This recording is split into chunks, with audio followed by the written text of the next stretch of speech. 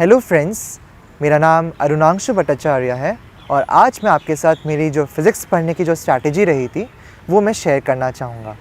मेरी नीट में all India rank 19, AIIMS में 6th और जिपमर में फर्स्ट रही थी। साथ ही मेरी आईबीओ में जो इंटरनेशनल बायोलॉजी ओलंपियाड है उसमें भी मेरी सिल्वर मेडल मुझे प्राप्त हुआ था। तो मेरे नीट में 180 और 180 थे। तो अभी जैसे फ़िज़िक्स हमें पढ़ना क्यों चाहिए, या फ़िज़िक्स नीट या एम्स प्रिपरेशन में क्या रखता है, इम्पॉर्टेंस रखता है, वो समझना बहुत ज़रूरी है। हमें बायोलॉजी जो bulk almost 50% of paper count करता है नीट का, तो वो पढ़ना ज़रूरी है तो सही, लेकिन बायोलॉजी में नंबर ऑलमोस्ट सबके ही बढ़िया रहते हैं। सबके 330 340 जो अच्छे बच्चे होंगे, जो आपके टॉप 500 के जो कंप्लीटर्स होंगे, वो 300 प्लस तो स्कोर आपका वो पहुंचा ही सकते हैं। लेकिन जो डिसाइडिंग पॉइंट रहेगा कि आप कौन से कॉलेज में जाएंगे, आप कोई अच्छे कॉलेज में जाएंगे या तो आप जो आपको आपकी ड्रीम रही है, या कोई आप और कॉलेज में जाते हैं, वो आपकी फ़िज़िक्स डिसाइड करती है। तो सबसे पहले आपको फ़िज़िक्स पढ़ना कैसे चाहिए।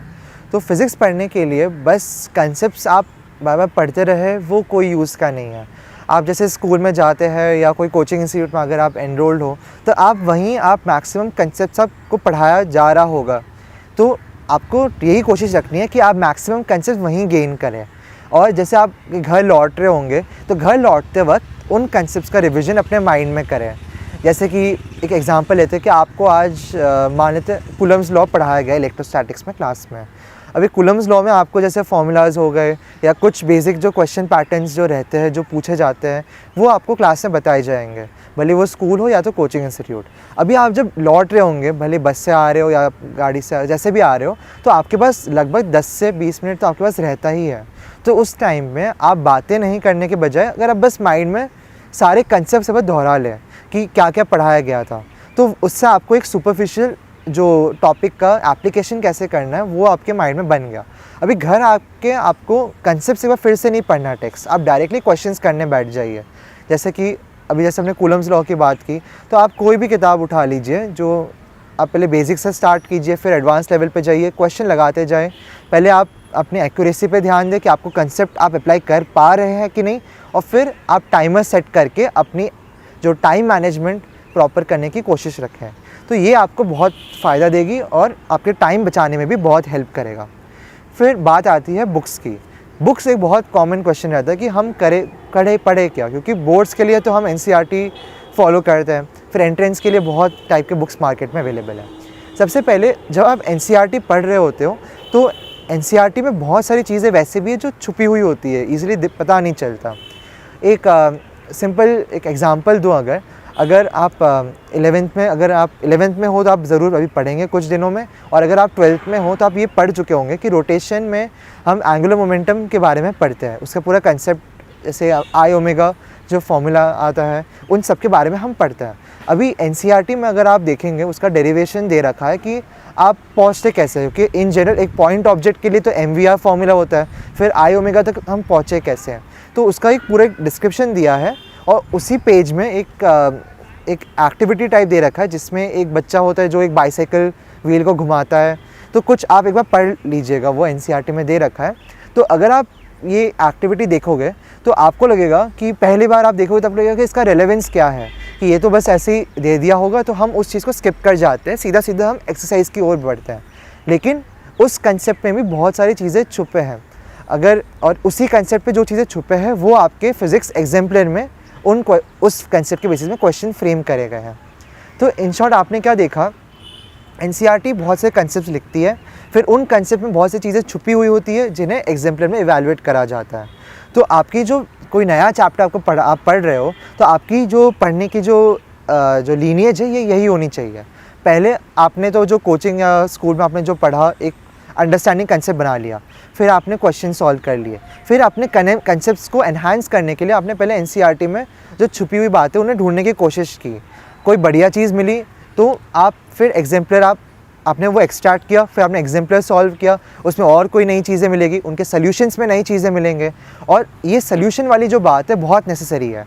आपको दोनों ही मेन एनसीईआरटी और एनसीईआरटी एग्जाम्पलर्स के सॉल्यूशंस को बहुत ही ध्यान से पढ़ना है, उनमें जो बातें लिखी गई है उन्हें आप अंडरलाइन करें, नोट करें, जो भी करना चाहे करें, लेकिन उन्हें याद रखना बहुत ज़रूरी है सॉल्यूशंस को। और साथ ही जो पॉइंट्स टू पॉइंटर सेक्शन है जो समरी के बाद दी होती है हर चैप्टर के बाद, इन चीज़ों को आप अगर ढंग से कवर कर पाए तो आपकी एनसीईआरटी तो तैयार होगी, जिससे ही मेनली एम्स में क्वेश्चन फॉर्मुलेट होते हैं और नीट के कंसेप्चुअल क्वेश्चंस यहीं से फॉर्मुलेट होते हैं। अभी अगली बात आई कि आप न्यूमेरिकल्स कैसे हैंडल करेंगे, जिनमें बहुत बार जो फिज़िक्स जो पढ़ते हैं मेडिकल के बच्चे उन्हें दिक्कत आती है, क्योंकि नीट हो गया, नीट में टाइम बहुत कम होता है, हमें 3 घंटे में हमें बहुत सारे सवाल करने होते हैं और हमारे बायोलॉजी के तो 90 क्वेश्चन है ही सही, तो हम कैसे आगे बढ़ें। तो फर्स्टली जैसे बायोलॉजी, जैसे मैंने पहले भी अपने वीडियो में कहा था, बायोलॉजी आप ट्राई करें कि 30 to 40 मिनट्स के अंदर आप फर्स्ट अटेम्प्ट कंप्लीट कर ले, और केमिस्ट्री भी 45 मिनट्स में, ताकि आपके फिज़िक्स के लिए आपको लगभग 1 घंटा आपके लिए बच जाए।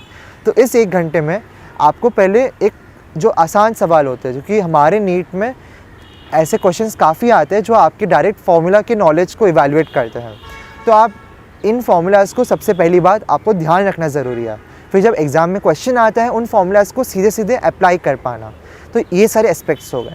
अभी फार्मूला का आप ध्यान कैसे रखेंगे, एक आप काम कर सकते हैं कि आप एक फार्मूला बुक मेंटेन कर सकते हैं, जिसमें आपके जो सारे कंसेप्ट्स या जो मेन फार्मूलाज़ हो गए, जैसे मैकेनिक्स में तो फार्मूलाज़ कम ही रहते हैं, लेकिन आपके 12th के जो पोर्शन में काफ़ी फार्मूलाज़ दिए हैं, भले ये मॉडर्न फिज़िक्स हो या तो मैग्नेटिज़म हो, तो उन फार्मूलाज़ को अगर आप एक जगह में आप नोट करके रखेंगे तो आपके एंड रिवीजन में बहुत यूज़फुल रहेगा।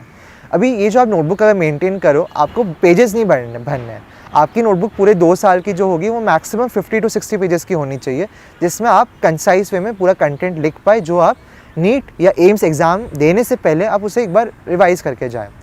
अगली बात रहेगी आप न्यूमेरिकल्स में एक्यूरेसी कैसे बढ़ाएं। यूजुअली हमारा क्या मन करता है, जब हम कोई क्वेश्चन सॉल्व कर रहे हो तो और कोई बहुत ही डायरेक्ट क्वेश्चन आ गया, जैसे मैकेनिक्स का v=u+at में से 3 पैरामीटर दे रखे हैं, एक ढूंढना हो, ऐसा कोई सिंपल क्वेश्चन आ गया, तो हम जब देखते हैं क्वेश्चन को हमें लगता है तो ये तो हम कर ही लेंगे, तो नेक्स्ट क्वेश्चन में आगे बढ़ते हैं।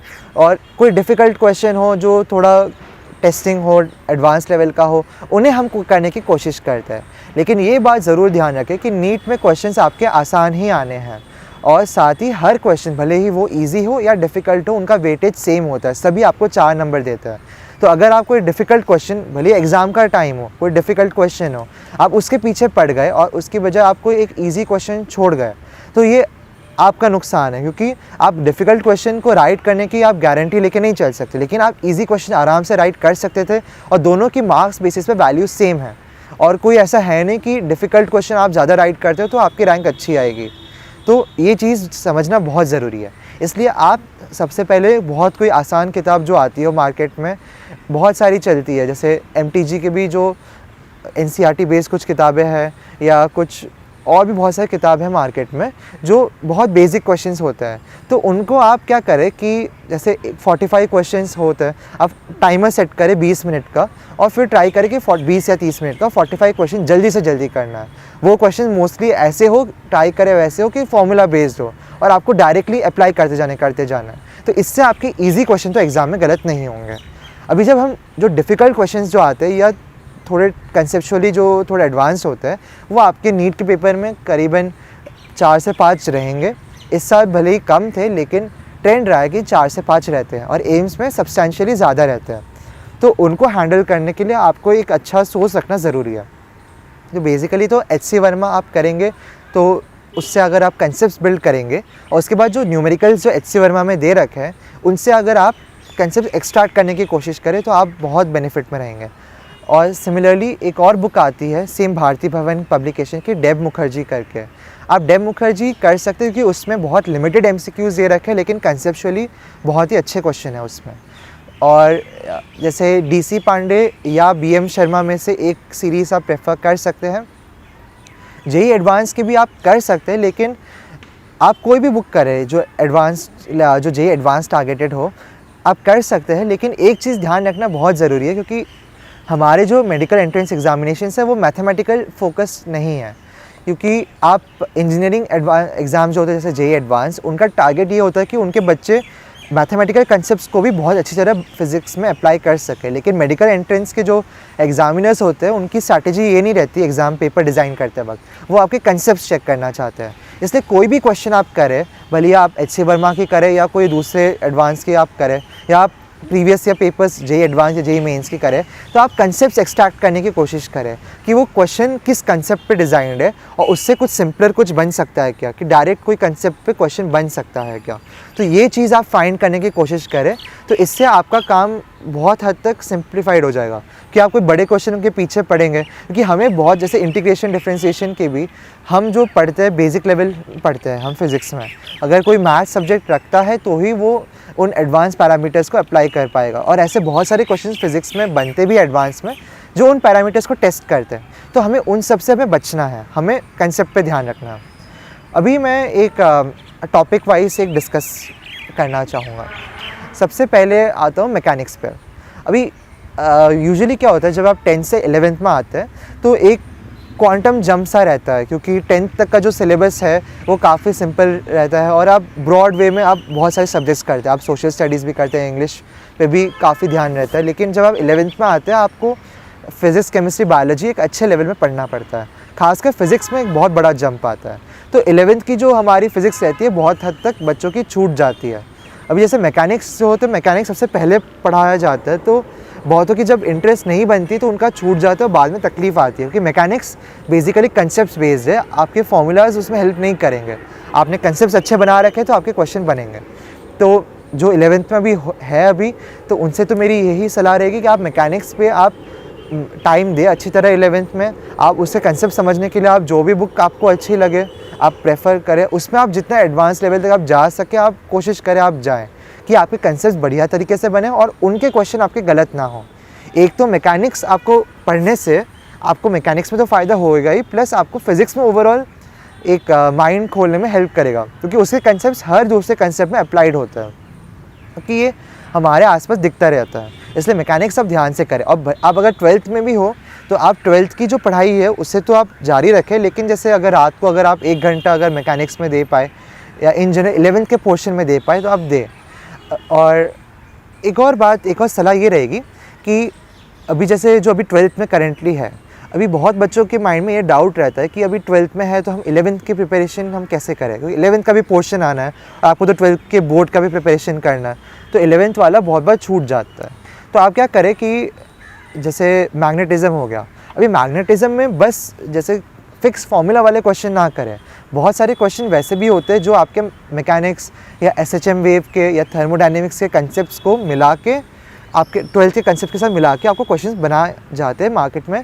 ऐसे अच्छे किताब आप कोई भी सॉल्व करें, एच सी वर्मा में भी बहुत सारे वैसे क्वेश्चन दे रखे हैं। तो अगर आप वैसे क्वेश्चन आप डेली मान लो, इवन 5 भी कर लो, जिसमें आपकी 11th के कंसेप्ट और 12th के कंसेप्ट के मिक्सचर हो, उसका मिक्सचर हो, और भले ही आसान हो, लेकिन उससे आपके फार्मूलाज, आपके कंसेप्ट्स, आपके ये सब चीज़ें रिवाइज होते रहेंगे, तो बहुत यूज़फुल रहेगा। अभी जो 11th की जो मेन डिसाइडिंग टॉपिक्स होते हैं वो होते हैं एसएचएम वेव और थर्मोडायनेमिक्स। उन्हें आपको काफ़ी ध्यान से करना है। अभी जैसे थर्मोडायनेमिक्स हो गया, थर्मोडायनेमिक्स में एक तो कोर थर्मोडायनेमिक्स जो हो गया, जिसमें आपके कार्नोट इंजन, रेफ्रिजरेटर आ गए, वो नीट के पॉइंट ऑफ व्यू से बहुत इंपॉर्टेंट होते हैं। उनके फॉर्मूलाज, उनके जो टाइप्स ऑफ क्वेश्चंस है, जो पॉपुलर टाइप्स ऑफ क्वेश्चंस जो पहले भले मेडिकल एंट्रेंसेस में या जेईई मेंस में आ चुके हैं, वो एज इट इज़ रिपीट होता है। तो उनमें तो बढ़िया वाली ग्रिप होनी चाहिए कि एग्जाम में दिखे तो सॉल्व हो जाए इमीडिएटली। और जो दूसरे जो टॉपिक्स हो गए थर्मोडायनेमिक्स के, जैसे काइनेटिक थियरी ऑफ गैसेस, उसमें आपको थोड़ा कंसेप्चुअली स्ट्रॉन्ग रखना है, क्योंकि एनसीईआरटी में काफ़ी हद तक डिस्कस्ड है काइनेटिक थियरी ऑफ गैसेस। आप exemplar of kinetic theory of gases ज़रूर करें, जिससे आपको इस चैप्टर को देखने का नया नज़रिया मिलेगा। कि यूजुअली जो क्वेश्चंस आपको दिखेंगे कॉमन बुक्स में, वो आपके आरएमएस स्पीड निकालो, एवरेज स्पीड निकालो, थोड़े बहुत प्रेशर वगैरह के थोड़े फार्मूला लगाने के आ सकते हैं, और वो मीन पाथ का आता है फार्मूला। तो फार्मूलाज पे आप सीमित मत रहे। आप जो अगर एग्जाम्पल भी बस सॉल्व कर ले कि आपके और किस टाइप के क्वेश्चन बन सकते हैं, क्या कंसेप्ट इन्वॉल्व है इस चैप्टर में, तो आपका एक जो एनालिसिस है वो ब्रॉडन हो जाएगा। अगर फिर बात आती है एसएचएम वेव पे, आपको पहले एसएचएम बहुत बढ़िया तरीके से करनी है। जैसे कि मैंने बोला था मैकेनिक्स के लिए एसएचएम काइंड ऑफ मैकेनिक्स का ही पार्ट है। तो अगर आपकी मैकेनिक्स परफेक्ट होगी तो जब आप एसएचएम पढ़ेंगे तो बहुत कंफर्टेबल रहेगा आपके लिए। तो एसएचएम को जितनी आप कंसेप्चुअली आप समझ सके, क्वेश्चन जितनी आप मैक्सिमम सॉल्व कर सके आप करें, क्योंकि जो सिंपल हार्मोनिक मोशन के जो आपके कंसेप्ट्स हो गए वो आगे बहुत सारे चैप्टर्स में अप्लाई होते हैं। कि SHM से आपका वेव भी लिंक्ड है। SHM से आपका वेव, एक तो 11th वाला वेव प्लस वेव ऑप्टिक्स, उसके बाद आपके जो आगे जो चैप्टर्स ऑल्टरनेटिंग करंट वो भी लिंक्ड है। तो आपके आगे का जो सिलेबस है वो काफ़ी हद तक इससे लिंक्ड है। तो ये आपका फाउंडेशन चैप्टर होता है। तो भले डायरेक्टली SHM से क्वेश्चन कम आते हो, लेकिन लिंकेज बहुत ज़्यादा है, इसलिए उसे बहुत थॉरली आप करें। अभी फिर एक और टॉपिक जो रह गया वो फ्लूइड मैकेनिक्स, जो मैं मैकेनिक्स से थोड़ा अलग मैं डिस्कस करना चाहूँगा। फ्लूइड मैकेनिक्स से क्वेश्चन लिमिटेड आते हैं, लेकिन जो आते हैं वो बहुत बढ़िया वाले आते हैं। बहुत सारे एग्ज़ाम्स, अब इंजीनियरिंग मेडिकल जो भी ले लो, उसमें फ्लूइड के क्वेश्चन कम रहते हैं लेकिन अच्छे आते हैं। तो जैसे कुछ टॉपिक्स होते हैं, जैसे सरफेस टेंशन हो गया या विस्कोसिटी वाला टॉपिक हो गया, तो हमें इन टॉपिक्स पर हम ध्यान बहुत कम देते हैं। जैसे स्टैंडर्ड जो टॉपिक्स हाइड्रोस्टैटिक्स और हाइड्रो जो डायनेमिक्स हो गए, उनके तो हमारे फॉर्मूलाज बहुत फिंगर टिप्स पे रहते हैं, डिराइव भी हो जाता है अगर एग्ज़ाम में याद नहीं आए तो। लेकिन सरफेस टेंशन वाला जो फॉर्मूला हो गया, जैसे पॉइज़ुलिस इक्वेशन वगैरह, वो हमें ध्यान नहीं रहते। तो आपको उनको, तो मैं जैसे फॉर्मूला बुक बताया था कि वो मेंटेन करना ज़रूरी है, साथ ही आप उन्हें लिंक करने की कोशिश करें। जैसे अगर ये तो आप कहीं पढ़ रखा होगा, जैसे अगर पॉइज़ुलिस इक्वेशन बेसिकली क्या बताता है कि जो रेट ऑफ फ्लो ऑफ जो वॉल्यूम है वो आपका इक्वेशन देता है।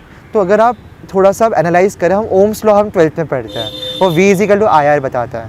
तो अगर आप उससे भी आप रिलेट करें कि V जो टर्म होता है वो प्रेशर से रिलेटेड होता है, और I जो अपना जो dQ/dt जो हमारा फ्लूइड पॉइज़ुलिस लॉ में जो आता है, तो ये बहुत छोटी कोरिलेशन है जो मोस्टली बुक्स में दी हुई होती है, लेकिन हम मिस कर जाते हैं। तो ये छोटी छोटी जो बातें हैं ना, वो हमें याद रखने के लिए बहुत हेल्पफुल होता है।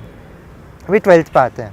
अभी 12th के पोर्शन में याद रखने का पोर्शन बहुत ज़्यादा है, क्योंकि फॉर्मूलाज उसके डिराइव इतने इजीली नहीं हो पाते हैं। खासकर जो अपनी बुक 2 है NCERT की, जिसमें हमारे सेमीकंडक्टर्स आ गए, कम्युनिकेशन आ गया, मॉडर्न फिजिक्स आ गया, उनके फॉर्मूलाज तो हमें ध्यान ही रखने पड़ेंगे। तो फॉर्मूलाज बेस्ड जो क्वेश्चंस हो, आप उनकी मैक्सिमम प्रैक्टिस रखें। जैसे हम फर्स्ट आते हैं करंट, इलेक्ट्रिसिटी, इलेक्ट्रोस्टैटिक्स और कैपेसिटेंस पे।